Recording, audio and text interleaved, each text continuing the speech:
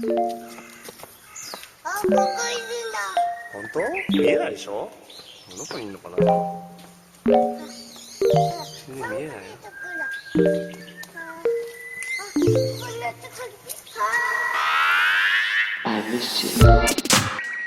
What's good, Internet? It's Austin Walker. It's October 10th, 2016. It's me still in the bunker, but this mic setup is so much better than what it was this time last week. Joining me, as always, Patrick Klepek. It's almost. Today was nearly a disaster. Yeah, well, clocks are weird. Yeah, clocks are weird. In your head, when you've done something at 10 a.m. and then you do it at 8 a.m., let's say it comes as a surprise. Especially because, like, it's happening at 8 a.m. for you. In my head, that's like you're always an hour back, but now you're an additional 2 hours back. But, like, it's very easy to mix up time zones. Time zones are weird. I don't like them. I think we should rethink the whole thing. Well, yeah, we'll go back to just no time zones. You know the history of time zones with trains and stuff? No. So, like, time zones partially are about farming, my understanding is, because, like, when the sun hits places, it's different, obviously. I mean, I know that was definitely about, like daylight savings time. Right. Is rooted in farming, and actually, if I remember correctly, most, like, farmers don't even use it anymore, and so we're all just forced to suffer through this ancient thing that we've just gotten used to. Right. But the other thing is that trains would arrive in a city and they needed all of those cities to be on the same time. Previous to that, it was just local time. So it was like, oh yeah, it's noon. The sundial says it's noon here. And the sundial in, like, eastern Ohio would say it's noon at a different time than the sundial in western Ohio would. But the trains needed it to be the same. So it was like, oh, guess what? All of Ohio, you're on the same time now. Everyone here, it's noon now.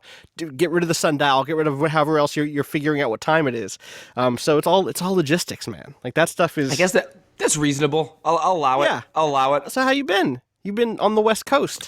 Yeah, I'm out here for a wedding, my wife's brother's wedding. We were both standing in, flying across the country with a 6-week-old. Not my idea of fun, but fortunately, our daughter was the least of our problems this weekend. She actually was fantastic. You just pump her full of food and they go to sleep. If anything, we were asking for advice from people. Their thoughts were, well, you're going to be miserable in a year. In a year, when they can talk, when they can walk, right. That's your real problem. Being on a flight where you just pump them full of enough juice and then they just pass out is actually a very easy thing to deal with. But we actually had a woman who was 2 seats in front of us. She got up and was like, oh, there was a baby on this flight. It's like, see, that's the response I want. That means we did our job. Right. It's a surprise. It was a gift. Yeah. It was like a gift in retrospect to her. Like, oh, wow, I had a way better flight than I thought I had because it could have been way worse. Yeah. But yeah, it's just, when you're involved in a wedding, there's just a lot of things that, you have to do. So between somehow managing a young kid and trying to do all the responsibilities for a wedding, it has been interesting a couple of days. But we've had a good time. We're at the tail end of it. We'll, have a day to kind of hang out in San Francisco and relax before we get back to the grind. I also had, like, a pretty good weekend. Like, this is the first time that I've been able to take some time off. I still worked for much of the weekend, but I was able to be like, you know what, I'm gonna play some video games this weekend, and that felt good. Austin, that's still working. Well, okay, well, you're really saying that because now I have to comment critically on everything I played. See, I mean, that's one of the things that when I look back on my life, if I technically have to consider playing video games working, it creates, like, this really dark image of how I've spent most of my time. Yeah, like, all of a sudden, every moment of your life. Well, especially because, like, we also exist in this part of the world, or this part of like, our careers are also just generally built on our takes on pop culture. Yep. So, like, even if I was like, oh, I'm gonna watch Luke Cage, like, I know an article would start forming in my head as soon as I started watching it, or I'd want to talk about it here with you, or I'd want to have, talk about it on Twitter, where what I'm doing is building my brand. Like, welcome to the internet, where you're constantly working all of the time, no matter what you're doing. Is Luke Cage good? We have not seen the end of Daredevil Season 2, and we're trying to wonder if we should just skip it. I did not start Luke Cage. I haven't had time to start Luke Cage. I had to work by playing video games. Oh, okay. All right. Well, we'll leave that for the hot takes then. Exactly. So, but I will talk a little bit about what I've been playing, because last week, obviously, we had Harvey Smith on. If you missed that episode, go back. It was a great episode. I was really thrilled to have Harvey on. We talked Dishonored 2 and horror and a bunch of other stuff. But I also had played PSVR, and I didn't have time to talk about that because we had a special guest, and we don't have a ton of time today, so I do want to like get into my PSVR experience. So PSVR comes out this week.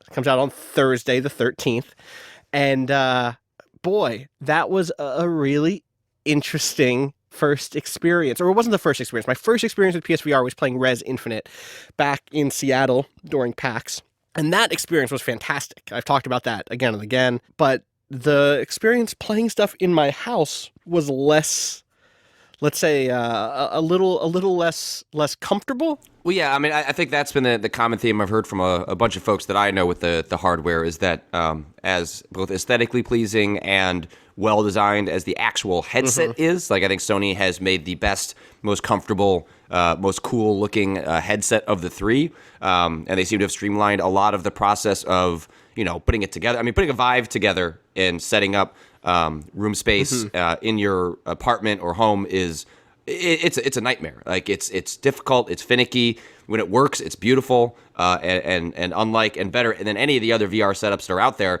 But it's an hour adventure, and that's if you're not drilling things into your wall, so that you don't have to do things like put your cameras up on bookshelves and other weird things and hoping you get it at the right angle. The payoff for all of that is that it works really well, right? Because Correct. So the big thing for people who maybe didn't see Save the Giant Bomb stream or didn't see me tweeting about it, the big thing that's happening for me in a lot of different PSVR games right now is there's this jitter. And that jitter it gets in the way in a couple of different ways. Like, first and foremost, it just makes it hard to play some things because, like, I'm trying to reload this gun in PSVR Worlds, which is like the kind of weird minigame collection that includes like a getaway style, or I think it's actually in the getaway universe. The extended getaway universe, the one that heist takes place in. Like, oh, this gun is not reload. I can't load this clip in because my hand is just jittering all over the place with the move controller. But it also has this other effect, which is that, one of the big concerns with VR is this like notion of physical disassociation, that like the body is not where it's supposed to be. This is one of the things that we actually dug into in our documentary a couple of weeks ago. Maybe we'll play a clip of it right here. New levels of immersion with VR raise new levels of concern for users' physical and psychological conditions. Developers and consumers alike highlight warnings such as undiagnosed heart conditions, asthma, and sensitivity to adrenaline, posing a very real risk. Professor and founder of video games research firm Superdata, Joost van Drienen, offered us his insight for the potential risks, as well as positives for VR gaming on our minds and bodies. People are essentially guided by the impulses from their environment. And so there is this sense of danger attached to it, and sort of opens people up. It sort of opens the pores of your emotional being, saying what's happening. It's like you become very, very alert, your adrenaline starts pumping, but there is a lot going on in terms of how you feel inside that space. Things like a dissociative experience where you lose a sense of where you are in space, where your body doesn't feel like it's yours anymore. The thing that happens is that with all that jittering, the already tenuous relationship you have with your virtual body becomes stretched even thinner. And so something like, this was happening with me, especially in the Arkham VR game, the kind of Batman game, was there's a moment where you descend into the Batcave, and the combination of that and the lack of stillness very quickly made me super queasy. It's the only VR thing to have ever made me queasy, or in general, PSVR is the only thing to have ever made me queasy. Job Simulator, it happened with for me. A lot of first-person stuff with first-person controls and the Move controller, like, because it's not perfectly stable or as near stable as the Oculus Rift and the Vive are, like, that shakiness was not good. Like, I had to lay down in front of a fan and drink water, and like my whole day is rough now, and like really bad headache, like all this weird stuff. That's bizarre because I played the Arkham VR, or at least a segment of it, 83. And clearly that was on test hardware, test kits, and so there's always reason to think that stuff changes between what you play 6 months before it's released and when it's released. had none of those issues. You certainly notice if you have a chance to use all of the VR headsets that PlayStation VR, while the build quality is great, it has like the lowest resolution. It is, the most pixely of the 3 headsets. But often once you're already in the world, you don't notice that. You kind of only notice it when you're directly comparing the headsets or have had extensive experience. So I don't consider it to be like a huge detriment to the PSVR, even if it's true. But I was in the Arkham VR thing for maybe 15-20 minutes and had no issues. And I've played Job Simulator on the Vive. That's certainly had no issues. So that's worrying if you're having that. That specific one is an example for me. Is like I've played a lot of that on the Vive. It was fine. I played it on PSVR, not as fine. And again, part of it's just usability, where it's just like I'm trying to reach to pick something up and my hand just jitters off into the distance, which is strange. But also it can be, which is just like a camera tracking thing. And I've tried different light setups. People have, of course, seen that. And the response you get right away is like, you should have more light in the room, or you should have way less light in the room. Like, trust me, I know. And like, listen, you probably don't know. Like, I promise I've tried more light, less light. I've tried different camera distances. And the PSVR isn't super good at telling you what it needs necessarily. Well, see, that's the thing for me is, let's say those things are true. Let's say those people are telling you the right thing, and somehow you've thought you've had enough light, but you really don't. It should be built into the hardware to give you a sense of what you're doing wrong. And the Vive, I have more experience with the Vive than the Oculus, and sort of setting it up in a personal environment. The Vive is pretty good about giving you response on, hey, this camera is not seeing this camera. Here's what you need to change. Like, this thing isn't synced up. You have a sense of why things aren't working the way they should be. Right. And, part of what was supposed to be appealing about the PlayStation VR is that because Sony is a hardware manufacturer like for decades, because they are used to creating consumer-facing equipment as opposed to Oculus, who is just getting started, with Facebook, who doesn't make hardware. And while HTC created the Vive, you're working with Valve, who is a company that does not really make hardware until recently. You would think that the PSVR's biggest advantage would be the fact that it was the most user-friendly and the most explanatory of how VR should be set up, because in a lot of ways I feel like they're the tip of the spear for trying to get this in front of eyeballs that are a mass audience. And if they have a poor first experience, that is going to be really difficult to get people to come back to. Yeah. And so that's a little bit worrying if that's what you're having, because you're someone who shouldn't, Listen, we do this stuff for a living. You shouldn't have trouble setting up a VR headset. If my job was like setting strategy for a big box electronics retailer, I'd be pushing those like home installation things real hard this year, because you're going to get people's money on this stuff. Like, people are going to be like, man, there's all these like, even though PSVR is pretty easy to set up, like it took me about 20 minutes to set it up, there was still like a lot of wires and a lot of running wires in different directions. And the box has this weird thing where like so the PSVR has an exterior box that plugs into the PlayStation 4, like as an additional, I don't think it's a processing unit. I forget exactly what it does. Do you remember? Oh, what the actual, that little box does? Yeah. It's computers. I knew at some point. Yeah. It's something that I suspect will not be in the PlayStation VR 2, presuming they get that far. Right. It's some sort of processing unit that is related to getting the signal out. So that thing has a thing where like you have to plug in 4 or 5 different cords into that thing, and 2 of them are on the back, or 3 of them are on the back, 2 of them are on the front. But 2 of them on the back and 2 of them on the front line up in the same place, and what you have to do is literally like click, you have to move part of the box. The box slides in the middle. It's really weird. It's hard to even explain. And it felt like I was going to break something so bad. It's fine. It worked. And that's the thing, is like, it does work. When it works, it's great. Like, it is a fairly affordable, like in terms of a relative price, especially if you already have a PS4. It's fairly affordable, and when it works, it's super good. And the thing that surprised me the most is actually the way I've enjoyed third-person games in the PSVR, which is not a thing I thought. Like, for me, I'd been banging the first-person VR drum for a long time. I'd seen a lot of the stuff that, like, is it Insomniac who's been putting out, like, VR game after VR game, and a lot of them have been third-person. Yeah, they put out sort of a Lovecraft third-person action game for the Oculus. They just put out a brawler that I played at E3, and was simple, but it was enjoyable. And part of what I think what you're saying and what is most natural when you think about VR and what a lot of developers have leaned into is that first-person experience where you are directing the camera wholly through moving your head around. Whereas what's kind of interesting about third-person is you're still often the camera, but you can really take in the world in a different way when you have an avatar in front of you.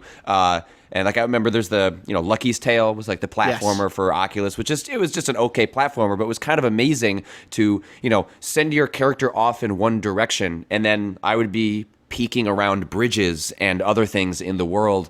And it also what allows them to do in third person is to put a little more authorial control over what you see in a way that they can't do in first person by the nature of how it's set up. So yes, you can still kind of peek around, but they can also fix the camera in ways that drive your attention that I think is sort of underrated given how much of the VR stuff has been directly first person so far. Totally. I mean, there was a game called Wayward Sky, which is a sort of like a point and click adventure, or not. It's kind of a puzzler. It's a lot of like you're in this giant steampunk like floating city ship thing, and you're kind of moving through this space and pulling levers and moving bridges in different directions and like navigating around enemies and stuff like that.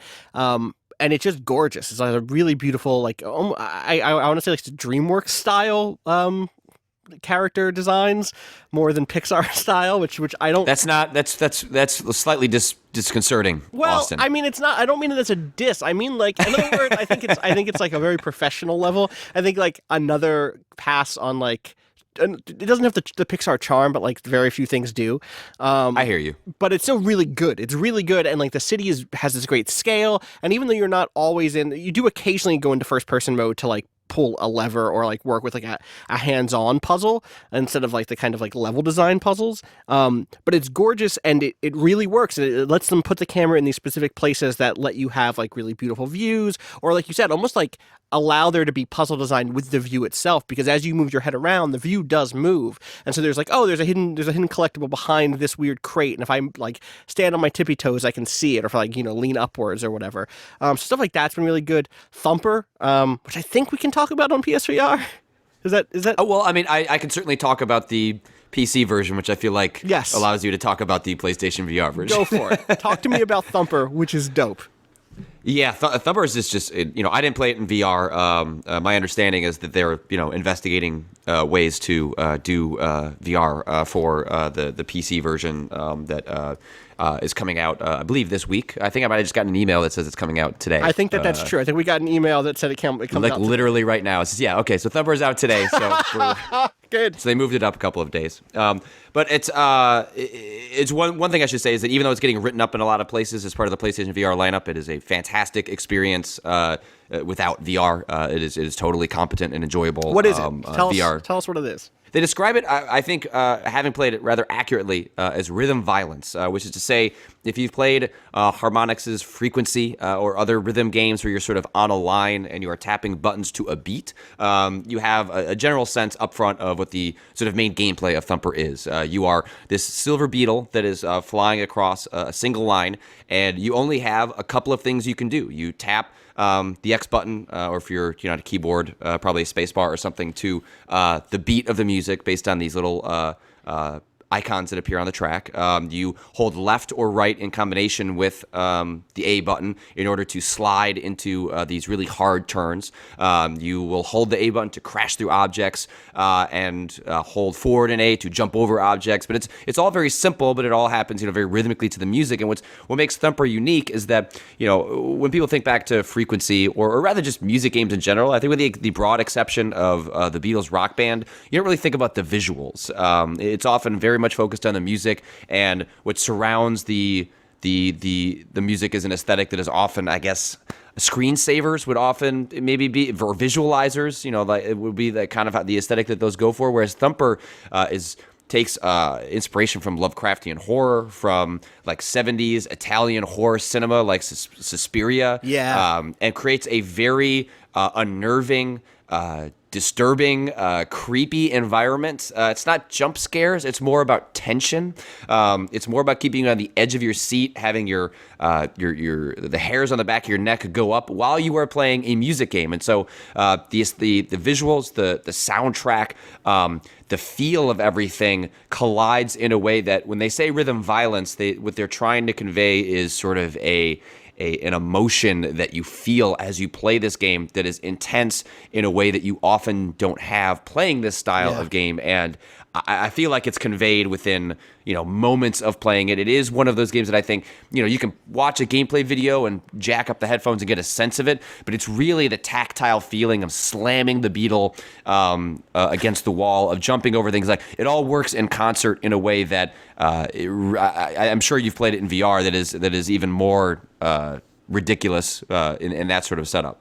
I feel like I need you to play it in VR. There are moments in that game that totally, I'm sure, work on a 2D screen, but there are things that happen with scale and distance that are really incredible in VR. Where this, even though it's a rhythm game, there are bosses in this game, which is a strange thing where you have to kind of complete a sequence in a row and then hit this last hit that will then do damage to the boss. And those come up over. You have to imagine this is what if the Guitar Hero or Rock Band track was twisting off into the infinite void where all of your sins were hiding, and it twists around such that there's a huge hill, and then coming up over that hill in the distance is this just huge monstrous being, and it does that a couple of different ways, and they can do that with kind of almost architectural shapes, impossible architectural shapes, all sorts of stuff, and it just towers over you in VR, and then you have to also then execute on this intense rhythm, this very difficult rhythm sequence. It is a really powerful game. It hits to play it. It feels almost like an inverted Hotline Miami in some senses, right? Where in Hotline Miami, oh man, I'm grooving to this rhythm. I am the actor of violence here. Whereas here it's I am barely hanging on by the skin of my teeth, barely surviving, and the music wants me to be dead. The music has ill wishes for me. Yeah, the violence is being enacted upon you. It's yes. I think in a write-up I have going up on the site, I related to a jackhammer, and Yes. It just feels like there is a pulsing intensity and relentlessness to the game that it never stops. You have these I think 9 different worlds, and then there are sort of interconnected sub-levels. And as you pass in between them, it gives you grades, and you can rewind to a checkpoint if you want to sort of ace the game and go for the leaderboard stuff, which is fine and is incorporated as a replayability tool. But I feel like the game is intense enough without actually worrying about what your score is. But it just, as you go from sub-level to sub-level, it doesn't stop. Yeah. You get the grade, but you then immediately jettison into the next area because it's all interconnected. And so you just get no chance to catch your breath unless you literally hit the pause button, which I found myself doing multiple times playing because I was having beads of sweat going down my face, and I just needed a moment to gather myself before I went back into the game. That adds up to my experience. Except also I had a headset on, so it was just I couldn't even wipe the sweat off my brow because I had that plastic just right up against it. It's a game that if you don't play it in VR, you should play it at night. Play it on the biggest screen possible and put on headphones or have a really, really good sound system. But headphones make the experience personal in a way that regular speakers aren't capable of doing because, again, part of the appeal of the game, part of the intensity of the game is the personal nature of how the aesthetic, both orally and visually, kind of work together, and headphones are sort of the best way for the game to convey that most effectively. Totally. So we only have about 10 minutes left, unfortunately, and I still really need to talk about Mafia 3, and I'm gonna do that by cherry picking from the question bucket. Normally I don't like. I don't like to do it. Combining segments. I know. I like it. We gotta listen when the time is limited. You gotta do stuff. So this comes in from Alex, who asks or who says. Not Alex Navarro, different Alex. That we know of. Who knows? I don't know. Mafia 3 and Watch Dogs 2 are right around the corner. Or Mafia 3 is out at this point. This obviously came in before Mafia 3 came out. And both will have black protagonists, a bit of a rarity for our industry, seemingly setting them up to have the issue of racial identity as part of their campaign. Or will they? We've seen some lame attempts from big companies this year trying to evoke some kind of message by using a form of racial conflict as a tool, so I think now is the perfect time to reflect on that. Hangar 13, Mafia's developer, has said that discrimination will play a role in police AI, and demos of the game show that strangely, there's a usable voodoo doll item. There sure is. Meanwhile, I see no evidence of a racial through line in the gameplay or story of Watch Dogs, just that you'll be running around doing cool stuff as a guy who happens to be black. Obviously, the time periods of these games play a major role here. But with that aside, I think that we have an interesting question. Which is the better approach to convey a meaningful message while selling many copies to get that message out and make back the money these big games need to show this risk is worth it for the publishers? The Mafia approach, which weaves race into the backbone of the mechanics and story, but risks making blunders, like the quote-unquote mechanical apartheid of Deus Ex, or the crumbly Black Lives Matter call-outs in the Division's boss fight, or, alternatively, there is what looks like the Watch Dogs approach, which will likely have fewer lows but fewer highs by having what I hope is a cool protagonist who just happens to be black, which I guess passively says something. It's a really good question, Alex, because I think those are two different ways for a developer to tackle, like, if they're interested in having a diverse representation and to address questions of minority representation in general. It's like, hey, do you just want to happen to have a cool character of an underrepresented identity group, or are you digging into that stuff? And I mean, like, my gut check response is like, do both. Like, both of those things are valid, and if you're going to do the first one, like, really knock it out of the park. Like, really put resources into doing it. You can't half-ass any sort of attempt at representation. And that's not just about identity representation. That's about the representation of anything. Like, I think that if Mafia 3 poorly represented their pulp issues, it would also be a bad game. Or they're kind of like the revenge story. If it didn't develop the revenge story in an interesting way, that would also be bad. It's just especially bad with identity because it's not just, oh yeah, like, you didn't do justice by this long-running genre, you didn't do justice by people and people's lived experiences. And the thing is, well, and that was what's so frustrating about the original Watch Dogs, yes, because if it chose to take place in a fictional city, they could have successfully, they would have still been playing into some really awful stereotypes of the African American experience in parts of urban areas of America. But it's when they chose to set it in Chicago, in which there is a very tangible way for you to know about that lived-in experience and find some way of representing that in the city you've built. And they totally failed to do that. They completely missed the mark, and it was made all the more egregious by the fact that they called it Chicago. Right. And then they chose to stereotype and actually grossly misrepresent large swaths of the city, and calling it Chicago and not doing the work was really frustrating. If it was, New Jack City or whatever they wanted to call it, like, it would have been... If there wasn't literally a stand-in for the Cabrini Green housing projects, right? Like, right, exactly. Yeah. So, like, the thing so far, obviously now I'm about, I'd probably say 15 or so hours into Mafia 3, maybe more than that. I think they're hitting it. I really do. And I think there are some problems with that game. I think that it is probably bulkier than it needs to be. I think there could probably be half the missions there are, and it would be a better game. The problem of an open world game. Yep, seriously. Well, the thing is, the problem is that a lot of those are necessary things to do in order to advance the plot, and the plot bits are all really good so far. Like, I think that the characterization is fantastic. I really think that I think that the character designs are all really good. There is, like, a really cool mix of characters across a racial spectrum and across, I think, across a sexuality spectrum also. There's a character who is like very clearly dealing with issues of sexuality, and she doesn't feel comfortable talking about it yet. And That's doesn't cool. have the language for it because the language hasn't been popularized yet, which is really interesting. Right, yeah. And in terms of the issues of blackness, like, and I'm going to try to write about this week if I can square away a few hours. Like, I really just need to take a day off so I can go write Patrick. I've never played a game that that tries to tackle the notion of visibility, the visibility of being black in America. It does this in a bunch of different ways. And again, I really want to tackle this in a written piece because I think it's complicated. But specifically, like, there's, you know how in stealth games there's a meter on screen that's like, oh, hey, you're being watched right now, or you're about to be seen, the sort of like Far Cry model of like it's around the periphery of your character and it fills in. Yeah. So it has that. It also has that for police. And not like you're going to get arrested if it fills. It's just, oh, you're being watched right now. Like, heads up. Like the things that you normally do, the things that other characters do that wouldn't get them in trouble. If another car goes speeding by, the police don't chase after it. But if you have an accident in front of the police while you're being watched, they'll come and arrest you.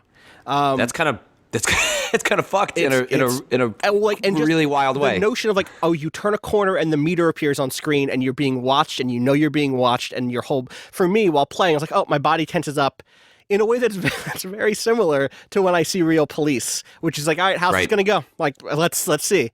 Like, what's this? It could be a totally good encounter. I've had plenty of great encounters with police, but other times not so much, right? Like, and so there is this notion of like, just letting the player know they're being watched is really interesting. There also are whites-only shops all around and restaurants all over the place. And like the second you step inside, it's like you're trespassing, and the shop owner will be like, you're not allowed in here, boy. And it's like, oh, okay, you don't understand. I really need to go into your bathroom to get that med kit. I really got to go collect that Hot Rod magazine that you have in your back room right now. Please leave me. And if you hang out for long enough, they'll just call the cops on you.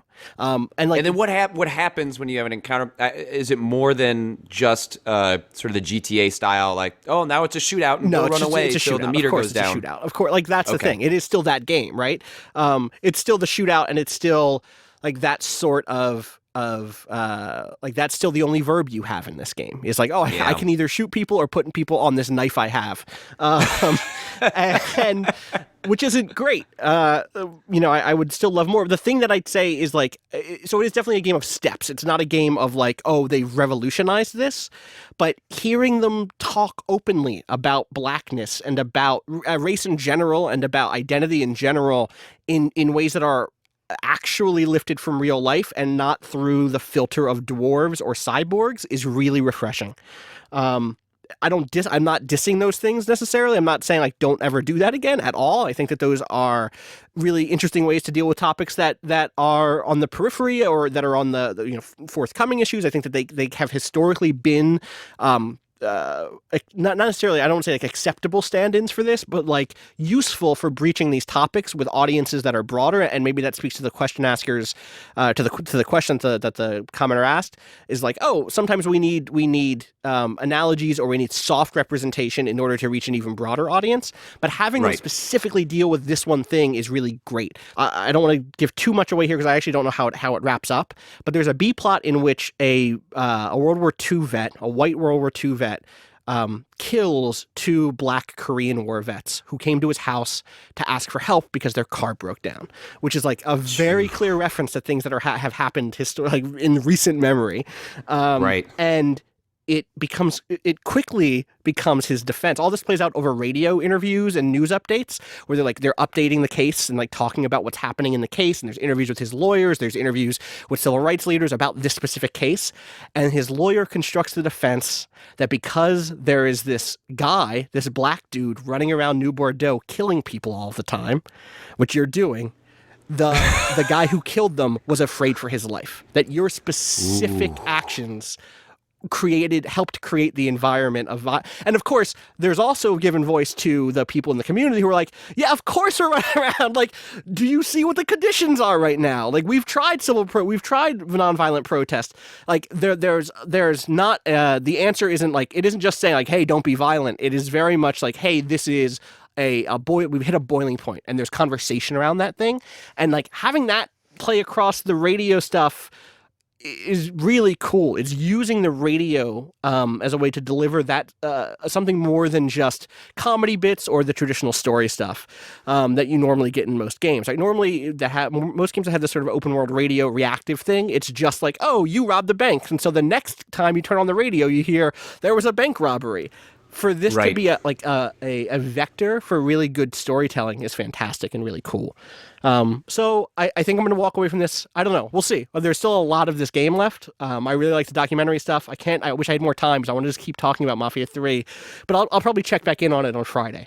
That sounds good. I think it's fascinating to watch. I think what's particularly interesting about this game and what you mentioned about the sort of police mechanic is, when we talk about sort of diversity and trying to, represent larger groups and larger life experiences, finding ways to do that mechanically is also something that big AAA video games that have tons of money and time and resources are much more uniquely suited to experiment with, that we cannot get through sort of smaller independent productions that have to do it far more through the story. Yes. And so it's really cool that, however that pans out, maybe it gets tiresome over the rest of the course of the game, but that the fact that they tried and are looking for ways to represent that mechanically, which is what games are so good at and unique with, is, I think, a really fascinating step in the right direction. There's other stuff that I wish I had, like, police response literally is different in different neighborhoods. Like, the people will call the police, and the response over the phone will be like the police dispatcher being like, "Yeah, there's a report of a guy with a gun. You can go check it out if you need, if you feel like it." To like the cops over the radio, and then they don't come in certain neighborhoods because they're poorer or blacker, and that's like, wow, you really did that. Like, you really made it so that if there's a shootout downtown, police response is quick. And if there's a shootout on the periphery where poor black and brown people live, there isn't a response. And that's like, man, okay, you went for it. Like, it's still washing over me. I don't know where I stand yet, but I'm going to let it keep washing over me. I'm going to keep trying to put time into it, and I'll come back on Friday and talk about it. Unfortunately, that means that we're out of time, though, for now.Patrick, I wish we could. I don't know why I got real dour, but it feels like I miss you. I want to talk to you more often. Well, it's a good thing. We got a Friday podcast. It won't be. Don't worry. Friday. The week seems to vanish very quickly for us lately. So Friday will be here soon enough. I was going to say it's going to be a big week for us this week. Not the biggest week. The biggest week is still to come, but a big one. Exactly. So stay tuned. Stay tuned. Thanks, as always, to Bowen for letting us use his track Miss You off of the EP Pale Machine. You can find him on Twitter at Boenyah, BOENYEAH. The H is important there. Or at bo-en, bo-en.info. Patrick, where can people find you on the internet? You can find me at Patrick Klepek, around pretty much everywhere. Too many places, actually, if I'm being completely honest. And also, I completely forgot the email address that people should send questions to. Gamingadvice.com. Gamingadvice.com. With the header questions. Exactly. So that we don't destroy Austin's inbox. Thank you. You can find me at Austin_Walker on Twitter. And I think I'm gonna set up a fan page on Facebook. Some people who were like, "Okay, where's your fan page at?" And I was like, it's not a thing I have. They're like, "Oh, you gotta have one." So I guess I'm gonna set up a fan page for Austin Walker on Facebook today. If you like doing those likes, please. Here's a place for you to like. And hey, you know what? Like, thanks to the people who've reviewed the show on iTunes. If you haven't done that yet, I'd really appreciate it. We're doing really well in the iTunes ratings. I really appreciate that. Same thing, Google Play, Stitcher, wherever you listen to us. Like, go and hit the like button. I'd really appreciate it. Like, comment, subscribe. Me Mondays, etc., etc. Thanks for listening. Am I forgetting anything? Oh, you read all our stuff. Vice.com/gaming. Do that. Slightly important. Really important. All right, y'all. Talk to you on Friday. Peace.